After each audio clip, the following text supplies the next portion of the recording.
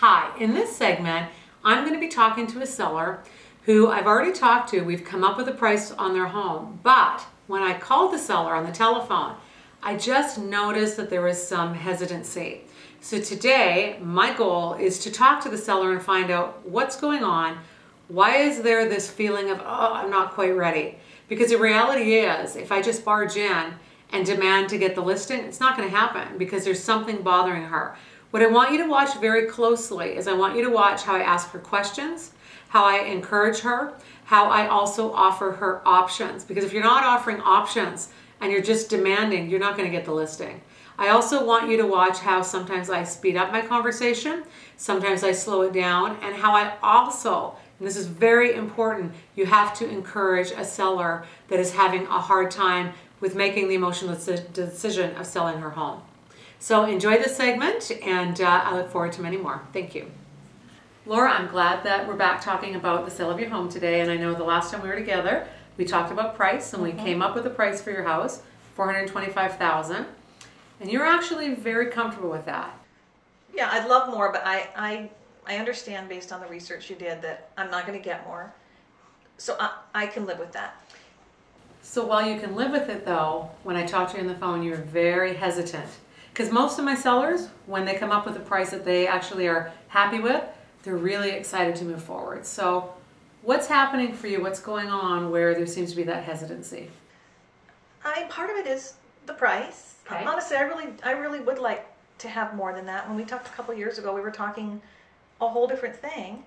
I put a lot into the house. But again, I understand the dollars and cents piece of it. I'm just not sure it's really the right time for me to move. So what do you think is wrong with this time? I don't even know where to start with that. There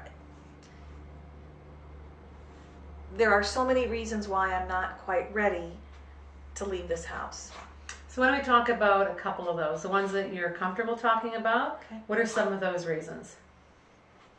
I have a lot of memories revolving around this house. There have been a lot of milestones in my life and my family's lives, and I can't simply replace that by selling the house and moving.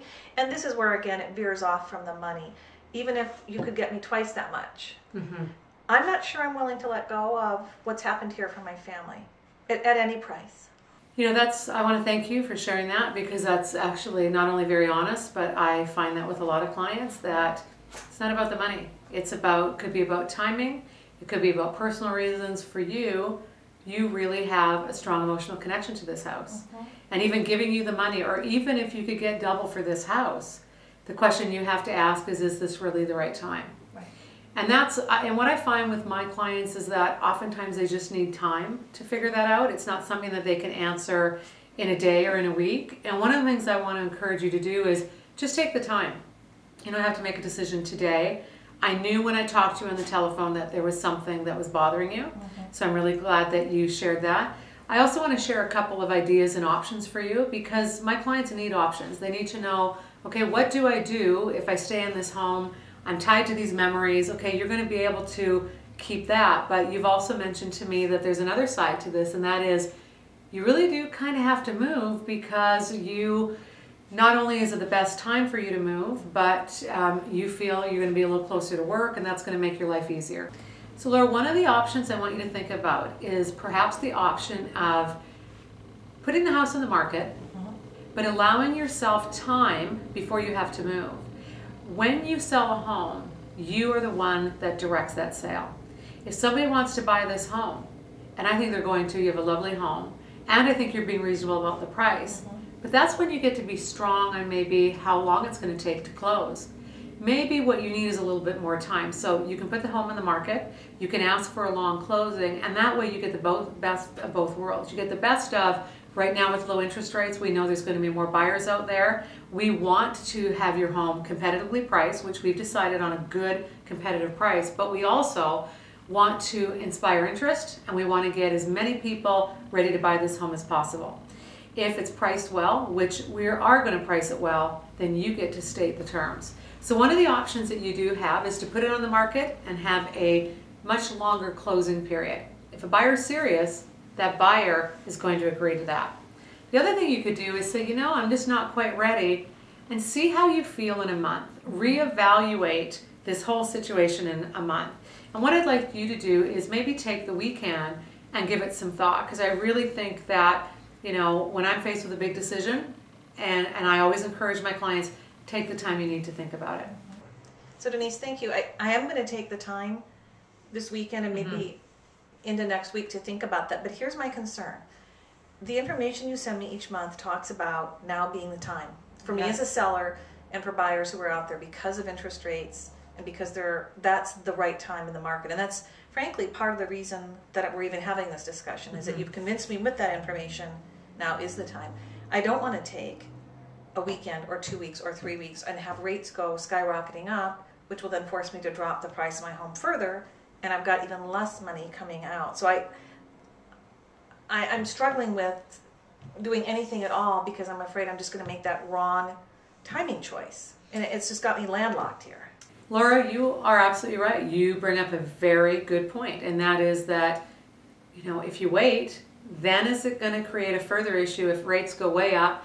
Now, first of all, I don't think rates are going to go way up. I do think rates will go up. And yes, every time a rate goes up, even a 1/4 percentage point, that does affect the market. But here's what I want you to think about. You know, you're balancing two things, getting the best price for your home. You also feel a little bit uncomfortable that maybe this isn't the right moment to sell. And what I find with my clients, for a lot of them, the act of putting the house on the market, really, that's scary. That's really saying something. That's saying, I'm going to leave this home with these memories, and you're very emotionally connected to this home. That doesn't mean you can't become emotionally connected to the next home, but it means that for you right now, you're just feeling nervous about it. So the other option that you also have is, let's put the house on the market. But if you put the house on the market and you're into the listing 2, 3, 4, 7 days and you don't feel good about it, then we can take it off the market. Because that gives you the best of both worlds. You get to put the home on the market. You get to see how the market responds to your home. We are taking advantage of the timing. We're taking advantage of the interest rates. We're also taking advantage, if we have great response to your home, of asking for a longer closing period. But at the end of the day, if you're not feeling comfortable, we take it off the market. What I worry about is if you do nothing in 3 months, I actually don't think your emotional connection to this house is going to disappear in 3 months. My experience is that my sellers have that emotional connection right up to the day they leave that home. And for years to come. I remember one of my first homes, I was very emotionally connected to that. It didn't go away just because I sold that home. So I just want you to think about that.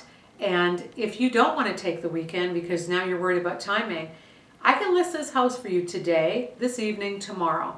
But I want you to be the driver of that decision because I don't want you to feel like I'm pushing you. That's great advice. And I'm going to take just a day. I think that's all I need. Wonderful. To figure out if it's right or wrong.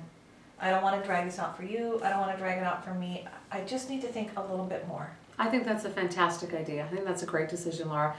Let's talk tomorrow afternoon. Would that work for you, the afternoon? I'm wide open. Fantastic. Great decision. Thank you. I Thank really you. appreciate you being upfront and honest, because the emotional side of selling is as important as the numbers, the dollars and cents. Yeah. So thank you, Laura. Thank you, Denise.